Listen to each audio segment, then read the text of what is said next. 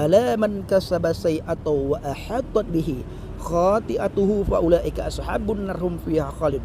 Bukan demikian, melainkan yang benar barang siapa yang berbuat dosa dan dia telah diliputi oleh dosanya, maka orang tersebut penghuni neraka dan kekal dalam neraka. Yang berbuat dosa, kata surat Al-Baqarah ayat 81, orang tersebut penghuni neraka dan kekal dalam neraka. Orang yang berbuat dosa kekal dalam neraka.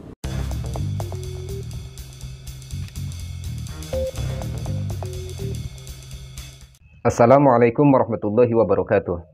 Sahabat yang dirahmati Allah Subhanahu wa taala, mudah-mudahan kita semua selalu dalam lindungan Allah Subhanahu wa taala. Amin ya Allah ya rabbal alamin. Baik sahabat, di sini saya akan menjawab subhat yang dilontarkan oleh seorang murtadin dari Aceh, yaitu Effendi Usman.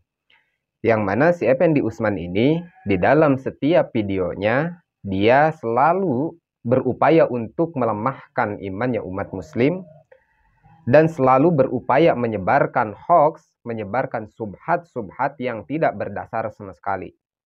Langsung saja kita simak dulu cuplikan videonya berikut ini. Masuk surga itu hak prioritasnya Tuhan, hak Tuhan. Nah, apakah Tuhan memasukkan orang tersebut ke surga atau ke neraka? Itu tidak bisa diganggu-gugat oleh manusia.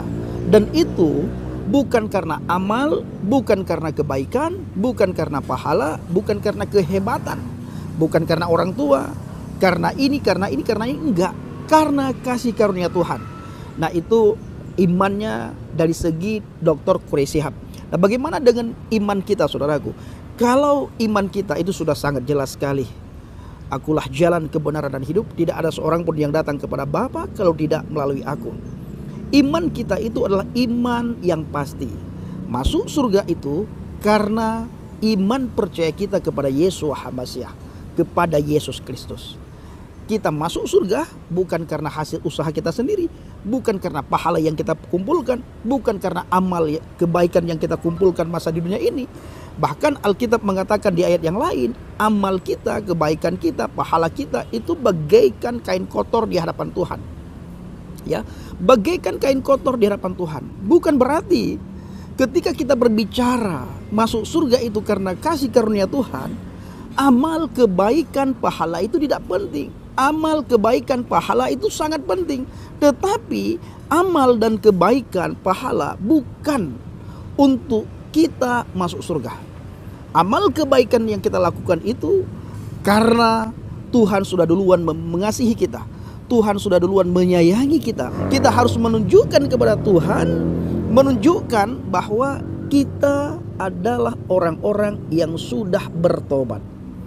Orang yang sudah bertobat tidak lagi melakukan kesalahan, tidak lagi melakukan pelanggaran, tidak lagi melakukan dosa.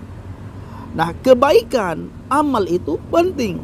Tetapi di dalam iman kekristenan, kebaikan, amal, dan pahala itu bukan untuk kita bawa ke hadapan Tuhan sehingga Tuhan membukakan pintu surga kepada kita.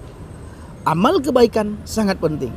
Bahkan kita dianjurkan untuk selalu berkelakuan baik. Tetapi lagi-lagi kebaikan yang kita lakukan bukan karena satu-satunya jalan untuk kita masuk surga. Baik, masuk surga bukan karena amal kita sendiri. Masuk surga bukan dari perbuatan atau hasil dari perbuatan kita sendiri. Karena masuk surga itu atas dasar karunia Allah, rahmat Allah, ridho Allah Subhanahu wa taala. Saya sepakat di sini. Cuman bukan berarti ketika kita melakukan pekerjaan yang baik atau melakukan pekerjaan yang buruk itu bukan berarti tidak ada tanggung jawabnya di hadapan Allah Subhanahu wa taala. Bukan seperti itu para sahabat.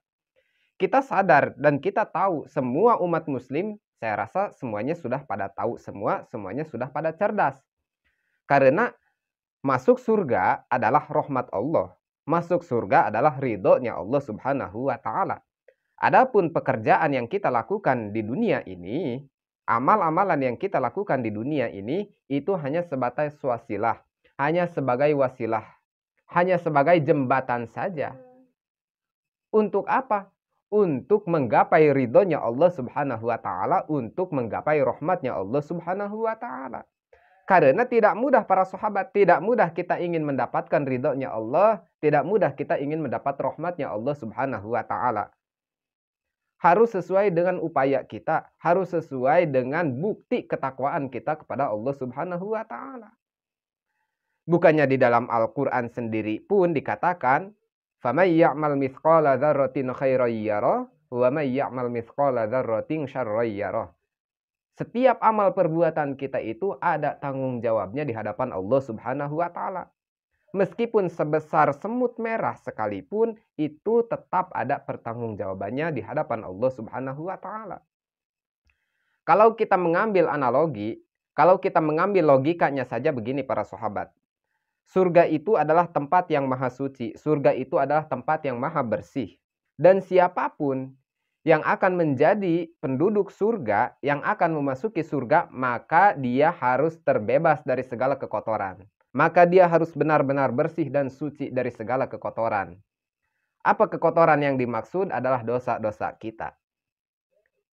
Logikanya seperti ini, ketika kita mau masuk ke dalam kamar, berhubung kamar ini adalah tempat yang bersih, tempat yang terjaga dari kotor, maka kita tidak boleh sembarangan untuk masuk ke dalam kamar tersebut. Contohnya kalau misalkan kita pulang dari kerja, kalau misalkan kita pulang dari ladang, dari kebun, dari sawah, atau dari pasar, langsung saja kita masuk ke dalam kamar, itu tidak bisa para sahabat. Kita harus benar-benar dibersihkan dulu badan kita.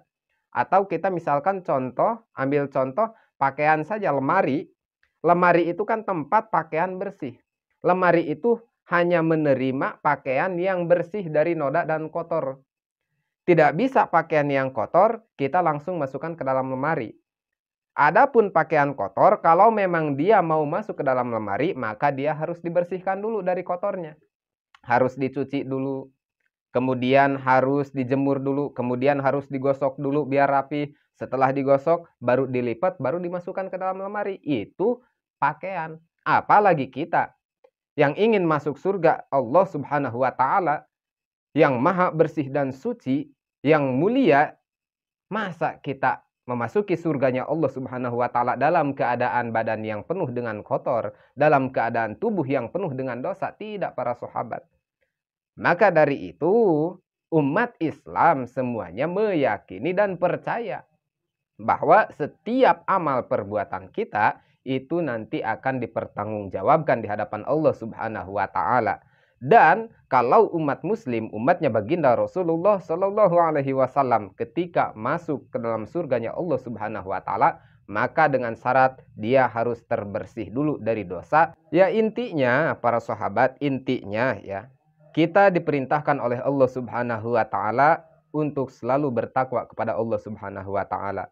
Kita diperintahkan oleh Allah Subhanahu wa taala untuk menjalankan apa yang diperintahkan oleh Allah dan Rasul-Nya. Dan kita diperintahkan oleh Allah Subhanahu wa taala untuk meninggalkan apa yang dilarang oleh Allah dan Rasul-Nya. Dan kita para sahabat tidak diperintahkan oleh Allah Subhanahu wa taala untuk menghitung setiap amal-amalan yang kita kerjakan. Tidak para sahabat. Yang Allah perintahkan kerjakan. Setelah dikerjakan itu urusan Allah. Urusan Allah. Kita diterima, kita enggak, itu urusan Allah Subhanahu wa taala. Kita sebagai makhluk hanya diperintahkan untuk mengerjakan saja apa yang diperintahkan Allah Subhanahu wa taala. Lanjut para sahabat. Maka kita melihat di dalam Al-Qur'an surat Maryam 19 ayat 71. Wa im minkum illa wariduha kana ala rabbika hatman maqdiyan. Semua orang di antara kamu akan mendatangi neraka. Hal itu bagi Tuhanmu suatu kemestian yang sudah ditetapkan. Jadi saudaraku, semua orang mendatangi neraka, dan hal itu bagi Tuhanmu suatu kemestian yang sudah ditetapkan. Sudah ditetapkan masuk neraka.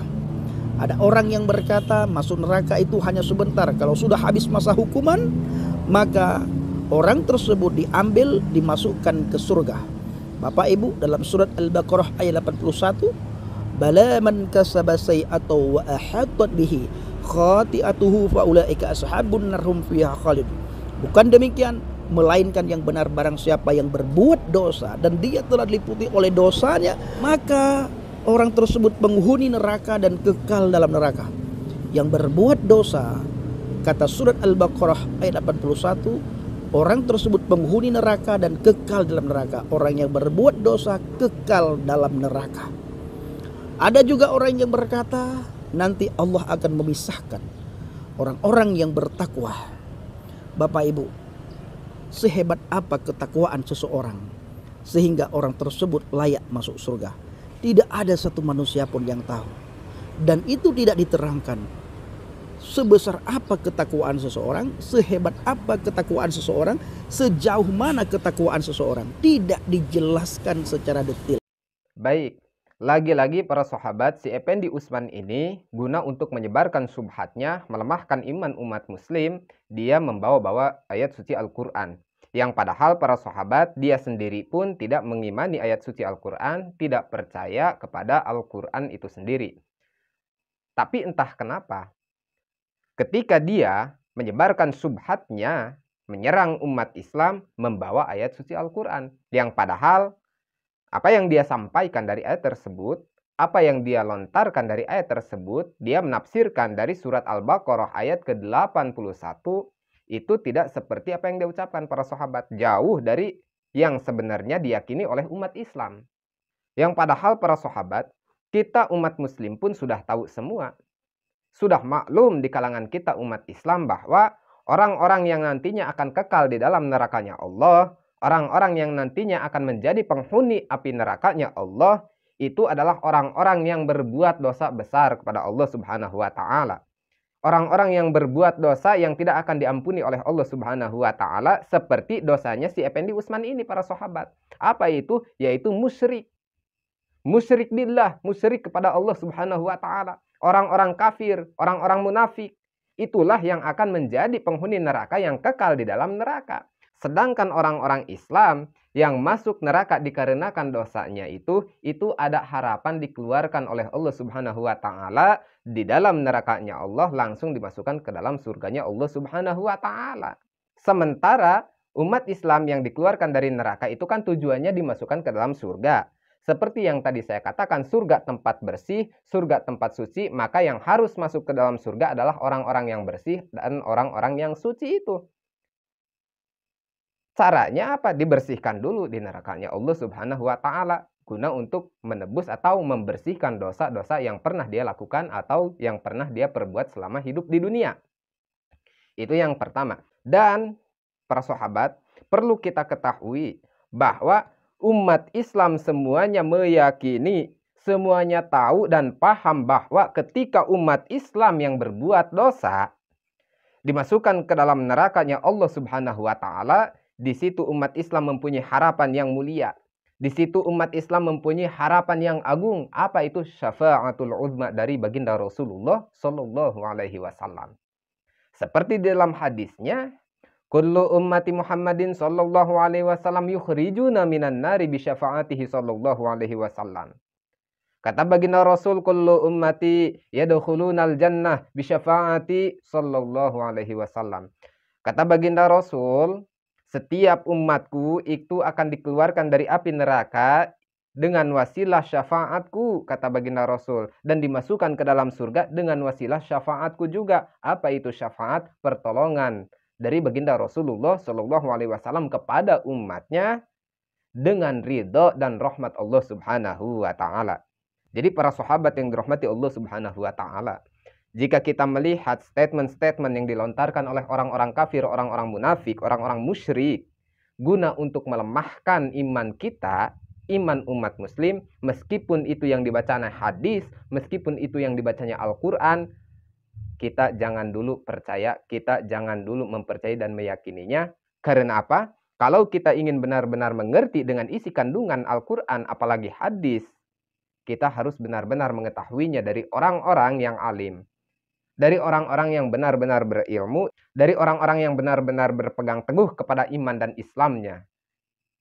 Wallahu a'lam. Allahumma hdina siratal mustaqim. Assalamualaikum warahmatullahi wabarakatuh.